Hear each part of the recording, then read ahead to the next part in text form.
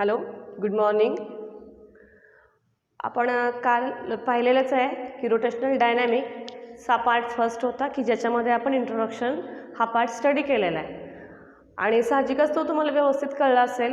Now today we discuss about the second application of the UCM, that is uniform circular motion, which is well of death. You know what is meaning of that well of death, or you see that well of death? If yes, then you easily understand, and or not, then you remember this type of structure is you seen in most of the circuses. This well of death is basically the use of this or performance of the some persons for the stunt performance. म्हणजे या ठिकाणी काय झालेलं असतं पहा की वेल of death यालाच असा पुस्तकासवर दिलेला आहे बघा, त्याला मौत का कुवा असं म्हणतात. म्हणजे काय होतं याच्यामध्ये, तर हे एक विहिरीसारखं एक स्ट्रक्चर असतं की मग ते अगदी काय बोलूया आपण त्याला, ते वॉल्स असतीलच असं नाही, कधी कधी ते तारेचं सुद्धा असतं. आणि हा प्रकार जो आहे तो आपल्याला बऱ्याच वेळेला सर्कसमध्ये पाहायला मिळतो. आणि आपण ही जर तुम्ही डायग्राम बघितली व्यवस्थितपणे तर या ठिकाणी काय आहे, तर these are the vertical walls. या ठिकाणी वर्टिकल अशा वॉल्स आहेत आणि हा त्याचा बेस आहे. आणि जे लोक बघतात की तो जो स्टंट मॅन्स खाली असतात, मग ते त्यांच्या दे यूज देअर 4 व्हीलर्स असो, बायसिकल्स असो, ॲज वेल ॲज एनी अदर व्हेकल्स, ते व्हेकल्समध्ये असतात. आणि आपण जेव्हा पाहत असतो तेव्हा आपण इथून म्हणजे इथं ह्या वरच्या साईडला आपण जे काही लोक असतील ते इथवरती जमा होतात आणि खाली जे त्यांचं फिरणं सुरू आहे इन अ सर्क्युलर मोशन ते वरून पाहत असतात. म्हणजे या ठिकाणी at the first time the person which perform stunt are present in their vehicle at the base of that well. ह्या विहिरीच्या काय असणार आहे तो, तर इथं खाली असणार आहे. आणि नंतर तो काय करेल, तर त्याची vehicle like a circular direction या सर्कलमध्ये तो त्याची व्हेकल काय करेल, मूव्ह करेल. आणि नंतर काय होतं, तर बेसपासून तो वरती या प्रकारे असा तो वर जात असतो आणि आपण ते वरून पाहतो. मग हे सगळं होत कसं असतं, what is the physics behind that well of death और that velocity, circular velocity of that vehicle.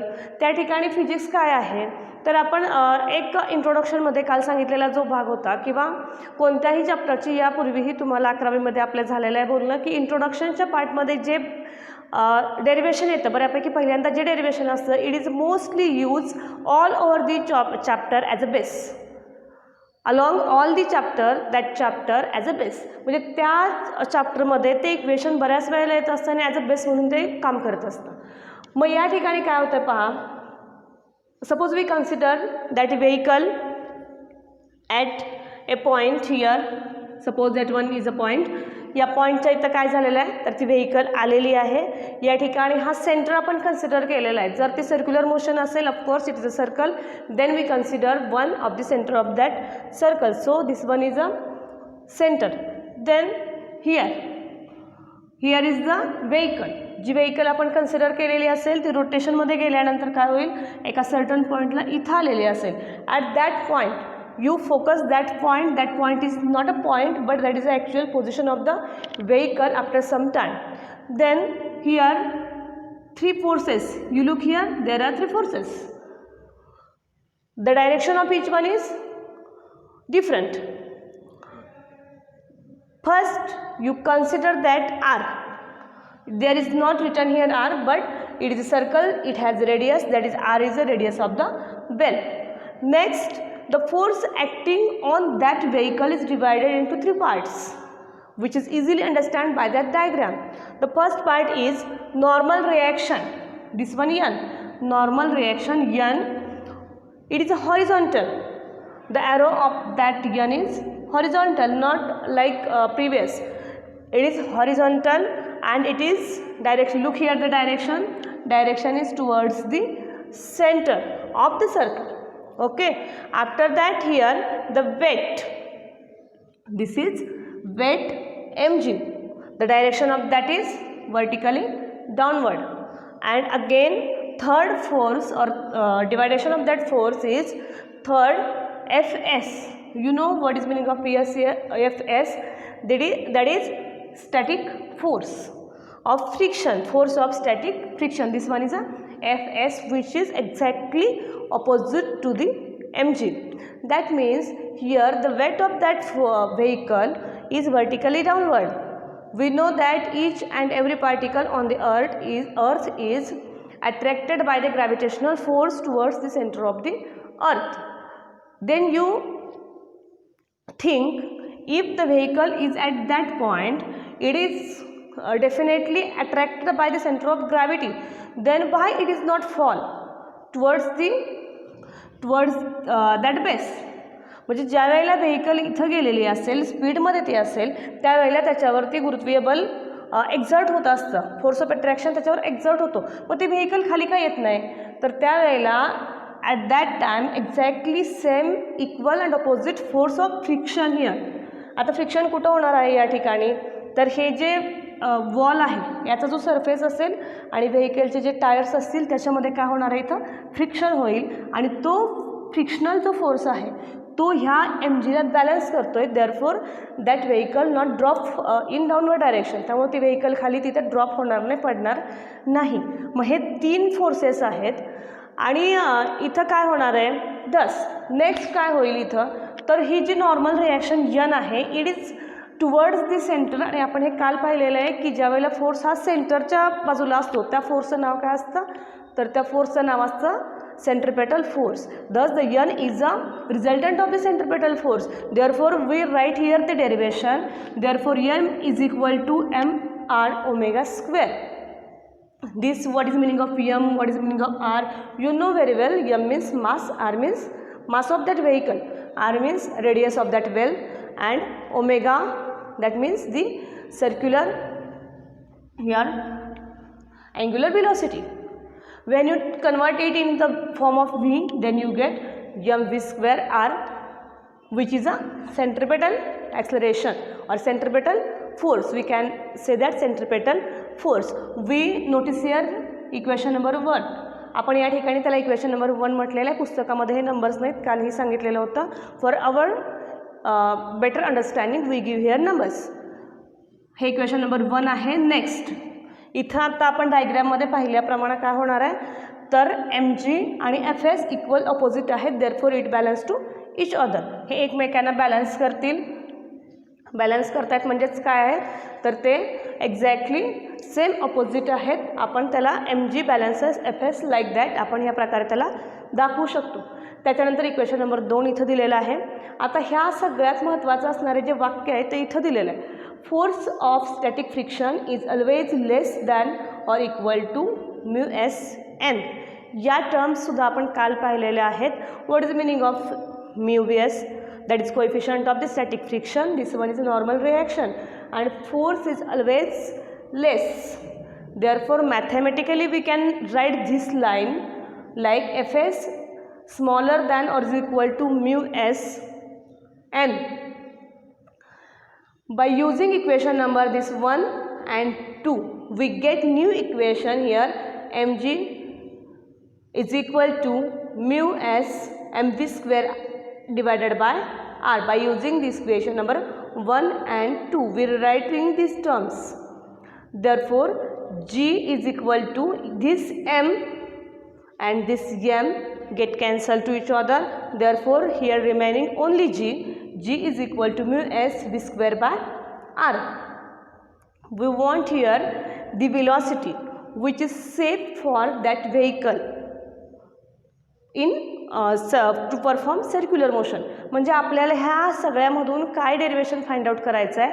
तर या ठिकाणी आपल्याला काय करायचं आहे की ती व्हेलॉसिटी त्या व्हेकल जो पर्सन असेल जो व्हेकल चालवतोय त्याच्यासाठी अशी एक व्हेलॉसिटी फाइंड आउट करायची आहे की त्याच्याद्वारे तो ती व्हेकल घेऊन बेसपासून वर सर्क्युलर मोशनमध्ये जाईल विदाउट एनी ॲक्सिडेंट और any danger effect. Therefore this is a minimum velocity and we got here by using this equation v minimum is equal to square root of this r get here cross multiplication. Therefore rg mu s इथं जे तुम्हाला वरती दिसतंय ते साहजिकच cross मल्टिप्लिकेशननी खाली जाईल आणि v फक्त आपल्याला हवा आहे, v स्क्वेअर नको आहे.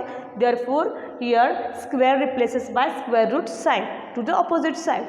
Therefore here V minimum is equal to square root of Rg divided by mu s. This is our final equation for the well of depth. म्हणजे वेल ऑफ डेप्थमध्ये जी व्हेलॉसिटी मिनिमम असेल safe velocity ही काय असणार आहे आपली square root of Rg divided by mu S. मग हेच जर आपल्याला ॲज अ लाईन सांगायचं असेल मॅथमॅटिकल इक्वेशन तर आपण कशा प्रकारे सांगू शकतो velocity minimum velocity for that vehicle for safely speed is directly proportional to the square root of product of that radius and acceleration due to gravity, and it is inversely proportional to the square root of 1 divided by mu s, that is inversely proportional to that things. So this is very simple derivation for the application of UCM second. Okay, when you use this equation you can solve more examples. म्हणजे पुस्तकामध्ये सुद्धा एक example दिलेलं आहे की ज्याच्यामध्ये पुस्तकामध्ये जे एक्झाम्पल दिले ते पहा. A motorcyclist is to undertaken horizontal circle inside the cylindrical all of depth of a well of inner radius 4 meter, coefficient of static friction between the tires and the wall is 0.4, and आणि question पुढे विचारलेला आहे calculate the minimum speed and frequency necessary to perform this stunt. म्हणजे याचा आपण जो आपल्या क्लासरूममध्ये सुद्धा जो अर्थ नेहमीच्या पद्धतीनं बघतो तो कसा आहे तर इथं काय सांगितलेलं आहे की मोटरसायक्लिस्ट आहे की तो काय करतो आहे हे या वेलप्रमाणे एक वेल आहे त्याला त्याच्यामध्ये स्टंट करायचं आहे आणि त्यासाठी त्याने गिवन या एक्झाम्पलमध्ये जे गिवन दिलेलं आहे ते गिवन काय आहे तर इथं गिवनमध्ये बघा उल्लेख केलेला आहे की या ठिकाणी ही जी वॉल आहे ही जी वेल आहे ह्याच्या ज्या वॉल्स आहेत साहजिकच वेल आहे म्हटलं सर्कल तिथे येणार आहे त्याची जी रेडियस दिलेली आहे दिस इज अ 4 मीटर आणि कोएफिशियंट ऑफ स्टॅटिक फ्रिक्शनचा जो आहे तो आहे 0.4. Therefore r is 4 metre and coefficient of static friction is equal to 0.4. Coefficient आहे therefore it is not a unit 0.4. ह्या दोन क्वांटिटीज तुम्हाला दिलेल्या आहेत and what is ask by that example तर तुम्हाला काय कॅल्क्युलेट करायचं आहे तर त्या ठिकाणी तुम्हाला मिनिमम स्पीड कॅल्क्युलेट करायचं आहे आणि दुसरं विचारलेलं आहे फ्रिक्वेन्सी. मग आता हे सगळं करण्यासाठी आपल्याला काय फॉर्म्युला यूज करायला लागेल ही इथं असणारी ही रेडियस असेल जी 4 दिलेली आहे 4 मीटर एवढी आणि कोएफिशियंट ऑफ स्टॅटिक फ्रिक्शन आहे. म्हणजे आत्ता सांगितल्याप्रमाणे हे example straight forward for 1 mark it one is a V you find out here V. अजून एक टर्म दिलेली आहे 10 मीटर पर सेकंड जी ही टर्म पण दिलेली आहे एक्झाम्पलच्या पुढे ब्रॅकेटमध्ये ती गिवन टर्म आहे. ॲक्सलरेशन ड्यू टू ग्रॅव्हिटी जी दिलेली आहे जी ती आहे 10 मीटर पर सेकंड. 3 टर्म्स तुम्हाला ह्याच्यामध्ये दिलेले आहेत आणि फक्त तुम्हाला रिमेनिंग एकच काढायचे आहे. मग तुम्ही हा फॉर्म्युला यूज करणार आहात Wien you put all this term ह्या सरळ एका मार्कसाठीचं हे फक्त एक्झाम्पल असेल. मग त्यामुळे ह्या टर्म्स तुम्ही डायरेक्टली पुट आउट केल्यानंतर तुम्हाला त्याचा फायनल ॲन्सर मिळेल. ते फायनल ॲन्सर डायरेक्टली मी तुम्हाला सांगते. या ठिकाणी ॲन्सर येत आहे त्याचं 10 मीटर पर सेकंड. कारण जास्त तुम्हाला कॅल्क्युलेशन करायला लागणारच नाही आहे. इथं 4 आहे 0.4 आहे 10. It is very simple answer. Okay तुमचं ॲन्सर जे असेल तर फक्त 4 येईल. आणि त्याच्यानंतर तुम्हाला जी फ्रिक्वेन्सी विचारलेली आहे फ्रिक्वेन्सीचा फॉर्म्युला तुम्हाला हा रिकॉल करायला लागेल जो आपला पाठीमागं झालेला आहे की जर सर्क्युलर मोशन असेल तर त्याच्यामधला जो फॉर्म्युला येणार आहे आपला तो असेल V minimum divided by 2 pi r. V minimum divided by 2 pi r for the frequency. सगळ्या टर्म्स तुमच्याकडे ह्या गिवन आहेत. हे एक्झाम्पलसुद्धा या फॉर्म्युल्यावरून हे सोडवून देणार नाही आहे मी कारण हे फॉर युअर काय म्हणूया आपण होमवर्क्स हे तुम्हाला सोडवायचं आहे स्वतः. आणि पुस्तकामध्ये सुद्धा अशी एक्झाम्पल्स जी याच्यावरची आधारित छोटी असतील किंवा तुम्ही तयार करू शकता ती एक्झाम्पल्स तुम्हाला ॲज अ होमवर्क घ्यायचे आहेत. 12th स्टुडंट आपल्या कॉलेजमधले जे सगळे आहेत त्यांच्यासाठी हा होमवर्क आहे. हे सगळं तुम्ही एक्झाम्पल्स त्याच्यामध्ये सोडवायचे आहेत. आणि जर काही शंका असेल हा अतिशय छोटा पॉईंट आहे समजला असेल पण तरीही जर काय शंका असतील तर तुम्ही नक्कीच कॉल कराल. आणि उद्या आपण जे पाहणार आहोत नेक्स्ट लेक्चरला ते आपले थर्ड ॲप्लिकेशन असेल banking of road. It is very interested and most useful applications of the UCM. Okay, thank you.